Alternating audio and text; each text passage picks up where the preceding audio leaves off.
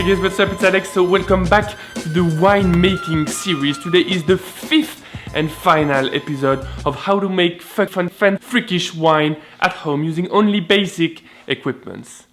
In this series, I'm sharing my whole experience about winemaking at home, from fresh grapes all the way to beautiful wine, and using only cheap and basic equipment. Of course, along the way I will share fun facts and useful tips. Whether you want to make wine or you just want to drink it, let's be honest, remember to always act safely and responsibly. So listen, I never thought I would say that at some point in my life, but today I'm gonna be opening and tasting my own bottle of red wine. But before we get to this, we still need to check up a few steps. First, I need to get rid of the last impurities and also to clarify my wine. It is called fining and I need to use egg white for that. 1 egg white, so about 40 grams, will clarify 6 gallons of wine. That's 22 liters of wine. I have 5 liters, so I need about 9 grams of raw egg. And that should immediately trigger the word salmonella in your mind. That's not a nice word. Anyways, do not worry. Because of its acidity and alcohol content, wine is a pretty good antiseptic and antibacterial agent. Let it sit in the fridge for 3 days.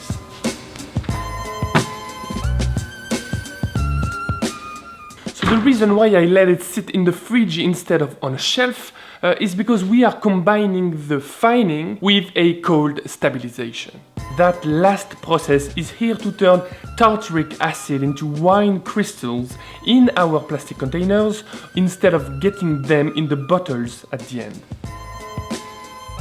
So the cold stabilization is over. Let's do a final racking, you know, that siphoning thing, and also let's add a final dose of sulfites. I will share the complete calculus in the description down below, but at the end we need to add 375 grams of metaBIsulfite. Be super gentle, as we want to keep all the impurities, crystals and egg white bits in the previous container. Oh merde! Now thoroughly clean and sanitize your wine bottles.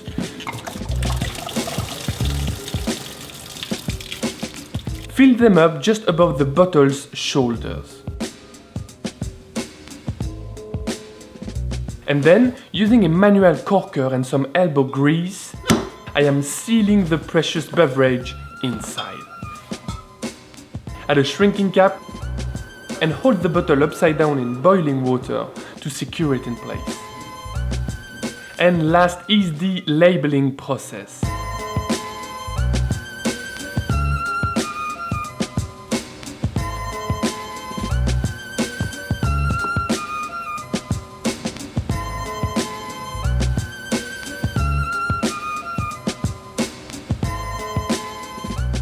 Ta-da!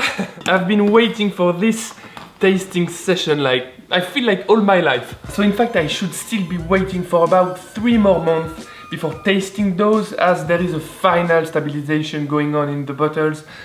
But I think we just found out about the limits of my commitment. A man can only take so much. So let's open them without further ado.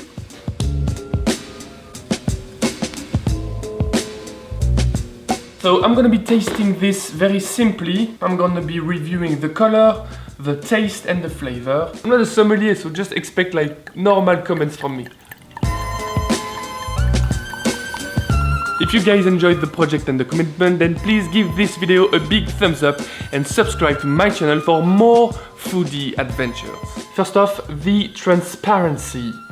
It's not the best obviously, but I think we did a good job on this. It's almost transparent. If you remember well, we came from far away. And now second, the color, it's a nice but light red with some orangey, purpley shades inside. Now the smell. It smells a bit acidic, but not too much. It doesn't smell like vinegar. It smells fruity. I can feel the alcohol content in it. To the smell, it's not mellow. It's more, you know, there is some kick to it. So finally, after 11 months of hard work, Now is the time to taste it.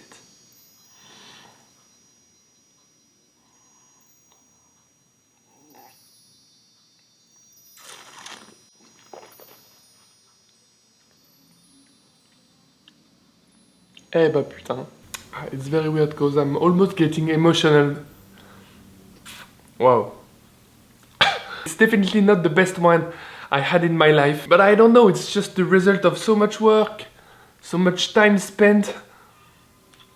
Okay, emotions over. Now from an objective point of view. Softness, freshness, fruitiness, but to me the thing it's really lacking is intensity. It's like a cheap supermarket wine, which is a great quality if you consider everything that could go wrong in this process. So I guess I just made a drinking wine.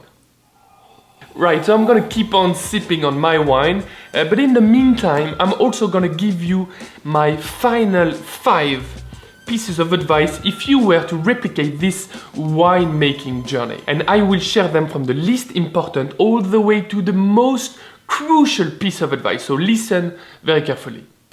Number 5, make a winemaking schedule beforehand. It's really important that you don't miss important step in the journey. I missed a few, the wine is okay, maybe I was lucky.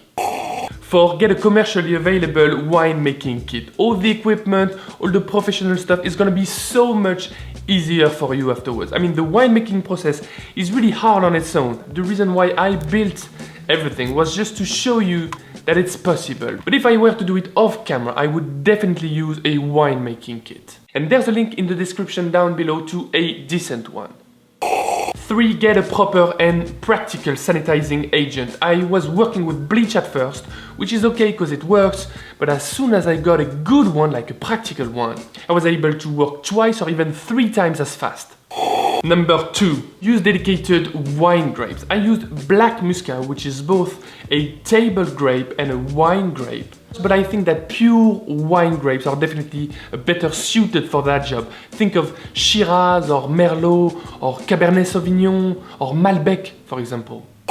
And the number 1 piece of advice, the most important, is that you should be making way more wine than I did. I only started with 10 kilos of grapes and I ended with 4 bottles of wine. I guess I'm gonna cherish them very much, but I just wish I had made tons more, like at least 10 times more. Okay, maybe not 10 times, 5 times.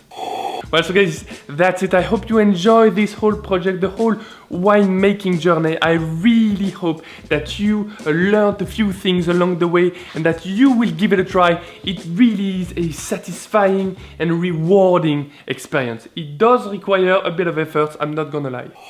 Thank you all so much for all your love, for all your comments, for all your messages on Facebook, Instagram, Twitter, and of course here on YouTube. An extra special thanks goes to all my Patreon. Thank you guys so much for supporting me financially. It really does make a difference. I am a bit sad to end up this winemaking series, but let's be honest, you know and I know that it's for the best because there are exciting series that will be coming to this channel very soon.